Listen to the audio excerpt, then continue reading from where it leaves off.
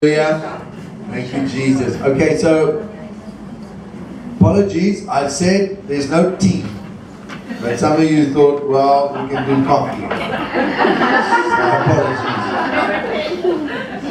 So apologies. So Doria, I didn't tell her that you couldn't have coffee.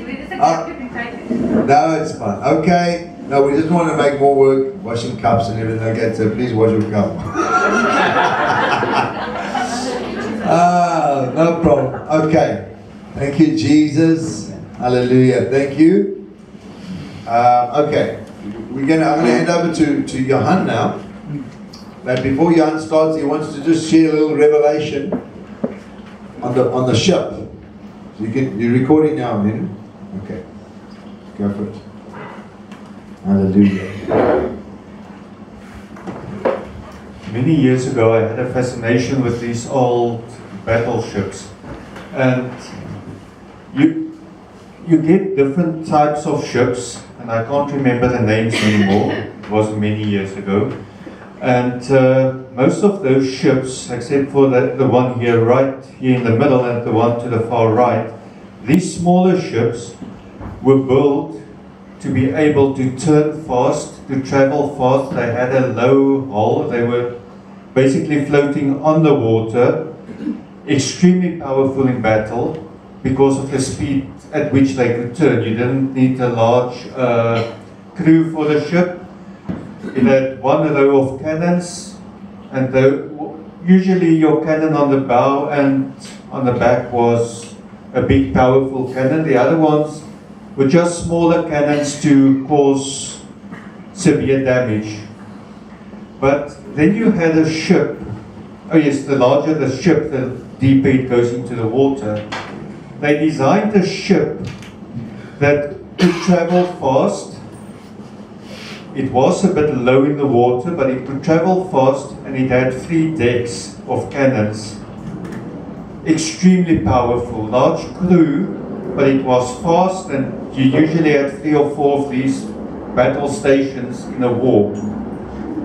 That ship is one of those ships. The other thing is, kingdom business, God said to me, in kingdom business, it's you and me. On that ship, there's not a huge crew, it's you and Christ. But it's one of the most powerful ships in that whole picture. And even though it's one of the most powerful ships in the picture, it's still equipped with modern weapons. It's got an unfair advantage, and it's got an unfair advantage on top of that. It's just not fair. So anyway, that's awesome. And the helicopter, bird's eye view, Prophet, gives you. Gives you. Yeah, awesome advantage. Yeah, I was in IT. I started this morning saying I was in IT. Became a business analyst. Worked for quite a few of the large companies in South Africa. I've done some work in Angola. Analysis. I'm good at analysis, understanding how things work and how they should work. One of my projects was with De Beers, and I had to look at different countries where De Beers operate and find the best way for them to operate, because each country did it their own way. And the one thing I realized is that companies have this plan, and they've got this idea of how they are operating. That's management or directors. Then you've got a departmental manager who tells you how things work in his department. It's not quite the same as what the directors think, but it's more or less what they want. and then you've got the guy on the ground having to fix that vision and make it practical. So what my basic strategy was to go to the directors, have meetings with them, find out how this company operates, put that on paper. Then go to the managers, ask them how the company operates, put that on paper. Ask them for ideas, anything they think that could be done better, put it on paper. Then go to the guy at the lowest level in the structure, and ask him what he does. And then you put that on paper. And if you take that to management or to directors, they can't believe how much knowledge you've got about their company, because they never thought of this. How did you come up with this brilliant idea? And when you tell them it's that guy doing the job who came up with this idea, they refuse to believe you. It's you who are brilliant, not that guy, because he's just doing the job. And I realized that in the kingdom, it should be the other way around. In the world system, you've got a guy doing the job, the servant, and we look down on the servant. We think if we are being served, it's because we are higher. Jesus served the disciples. He's the servant king. So, yeah, I started with a journey where I had a nice, comfortable salary, nice, comfortable life, and God said, get out. And I did. And in the beginning, I lost a lot until I sacrificed everything. Then I didn't have anything to lose, and that was awesome. And then the journey got interesting. Then I started to learn. When I realized I've got all this knowledge, but I don't know anything.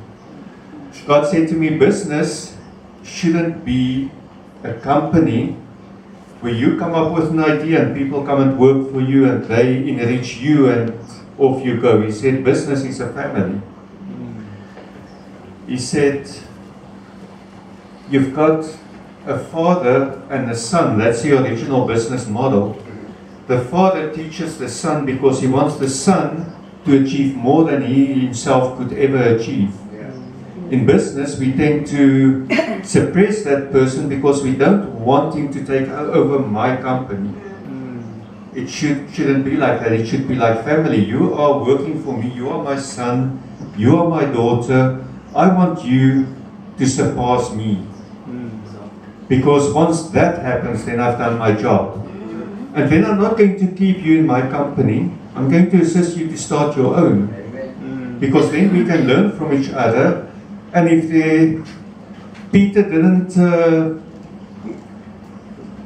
when Jesus said throw the net out on the other side, he didn't call the guys and say let's build a bigger boat.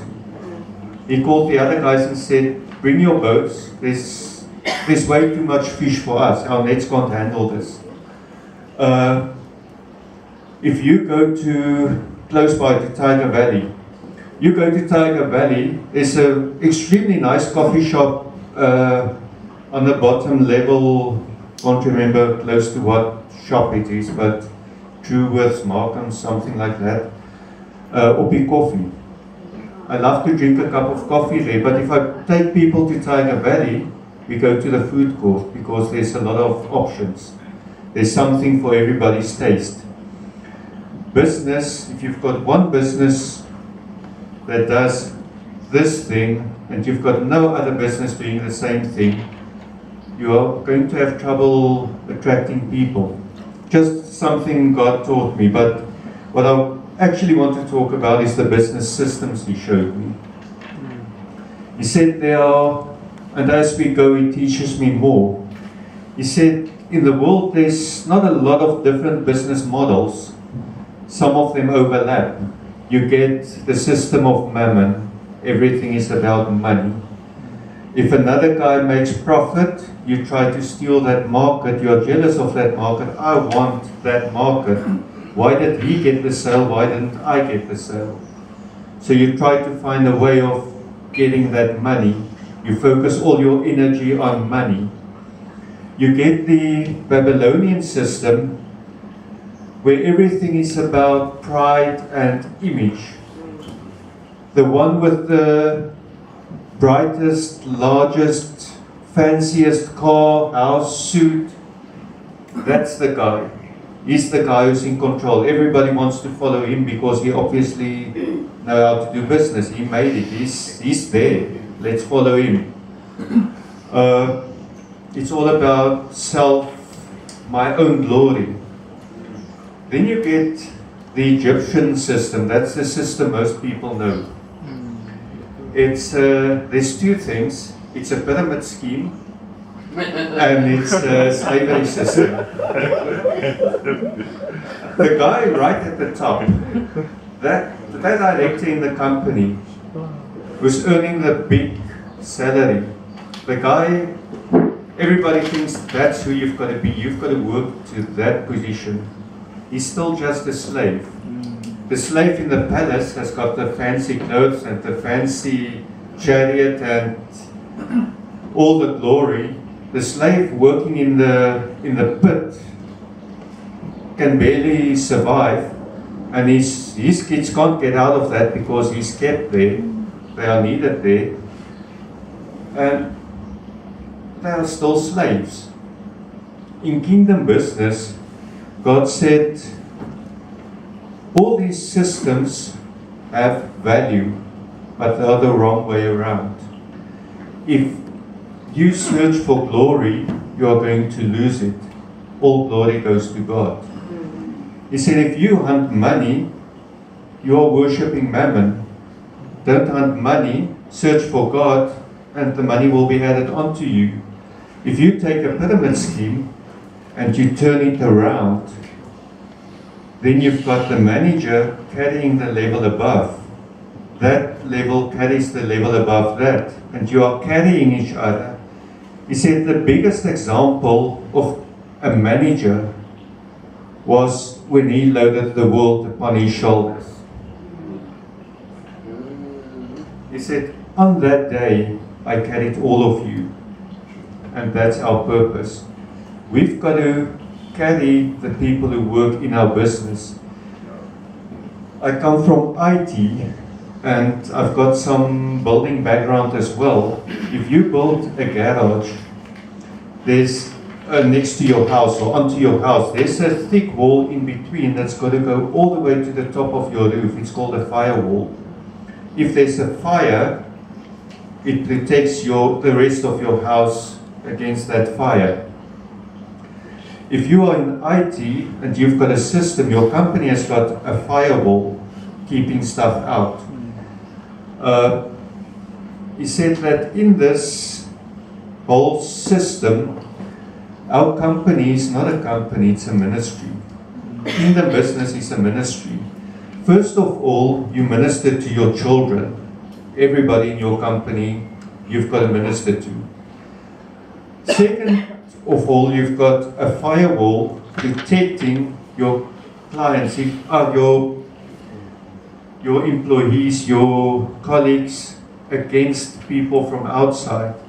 You don't allow somebody to attack your personnel. Through prayer, through Holy Spirit, you set up a firewall to protect your people. And then your marketplace is your ministry. You don't have to focus on sales. God will focus on bringing business in. You have to focus on the customers who do come in. The people in your business first of all, but then your customers coming in and your suppliers coming in. That's your ministry area. That's the people you minister to. That's the people who will see in meetings, in their dealings with you, they will see who you are, and they will see who your God is. They have to see God in you. He just showed me an image again, which he showed me yesterday. He said two things. He said the moon is the brightest light, largest light we see from Earth at night. But the moon has got no light in itself. It's a reflection of the sun. We should be the same.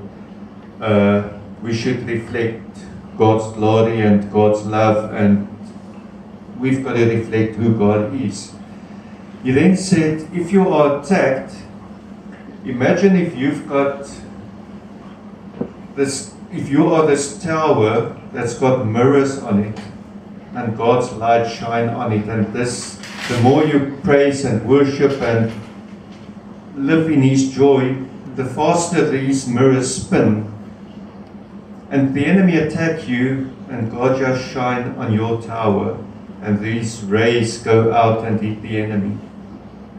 Just an image. He talks to me through images. But back to business. He said that if your business, if you focus on your business the way you focus on your family, a father doesn't own his son or his daughter. A father would sacrifice anything to keep his son and daughter safe. He wants to transfer all your knowledge to those children of yours. You want them to be better than you have ever been.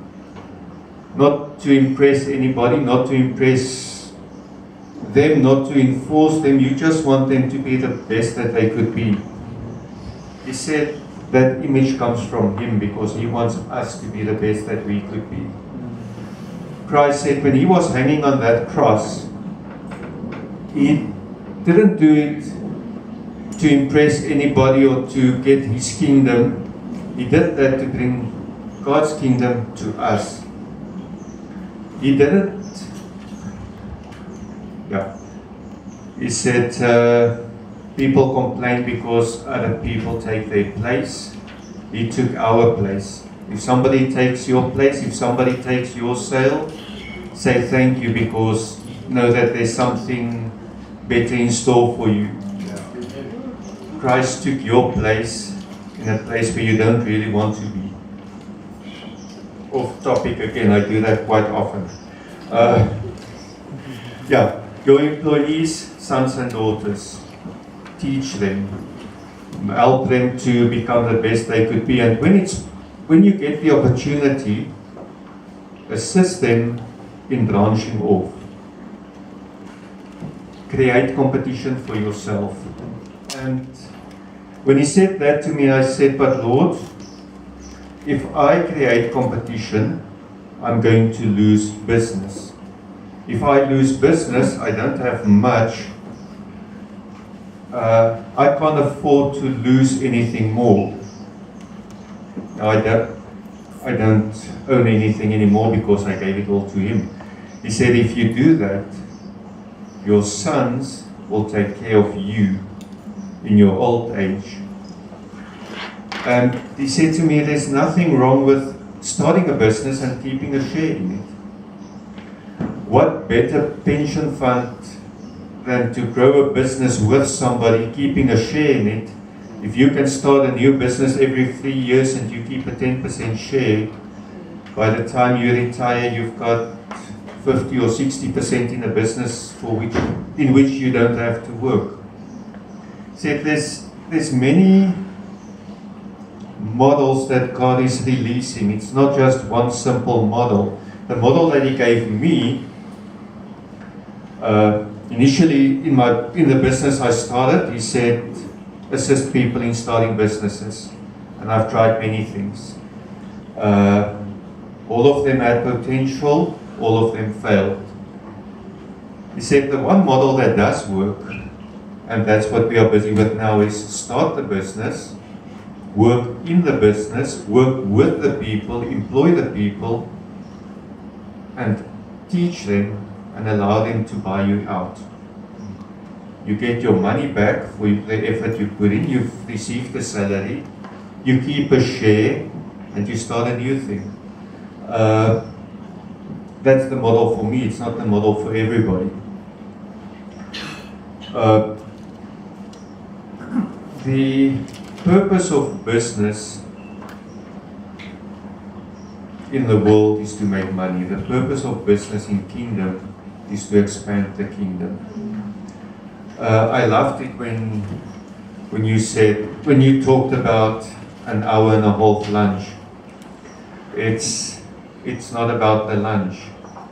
It's about a person. There's a person who needed somebody to bring them to Christ. And we often think that we should just hand out. If you handed everything out, if you've given everything away, then you don't have anything to gain more to give away again. So just giving without proper guidance doesn't work either. You can't just go onto the street and employ anybody you see. You've got to work through a CV, you've got to make sure they've got the skills, you've got to develop those skills. There's certain principles in the world that applies to kingdom business as well. But unlike the world system, we shouldn't look at people and say, let's see what you've got and how I can exploit that. We've got to say, let's look at what you've got and how we can develop and grow that.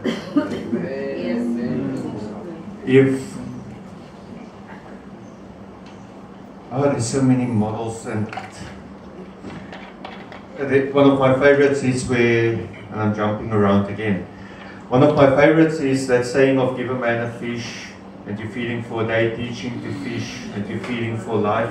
The problem with that model is, if you've got a fish, you've got to come to a pond. And if I own that pond, then I'm making money and you are just getting fed for the day. If I teach you to sow and reap, then you are going into a sort of an investment and a growing system. And you can actually plant, you can grow something, and you can reap, and you've got enough to use, you've got enough to grow your business because you keep your seed for your next sowing. You can feed yourself and you can expand. But then God hit me with this interesting thing. He said, if you take a tree, take an apple tree.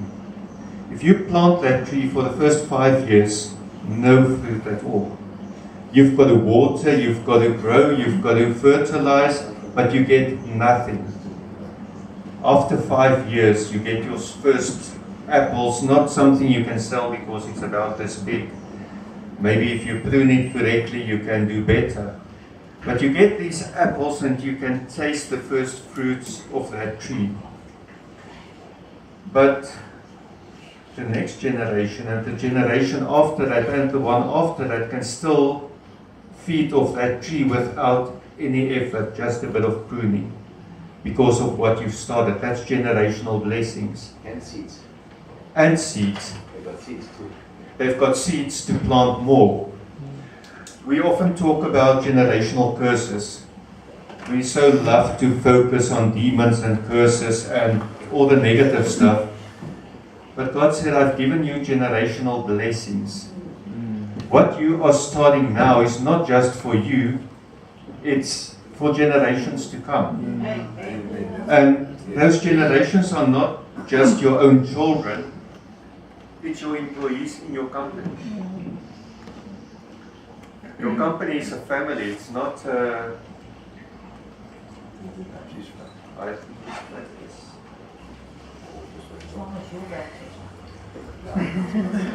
Thanks so much.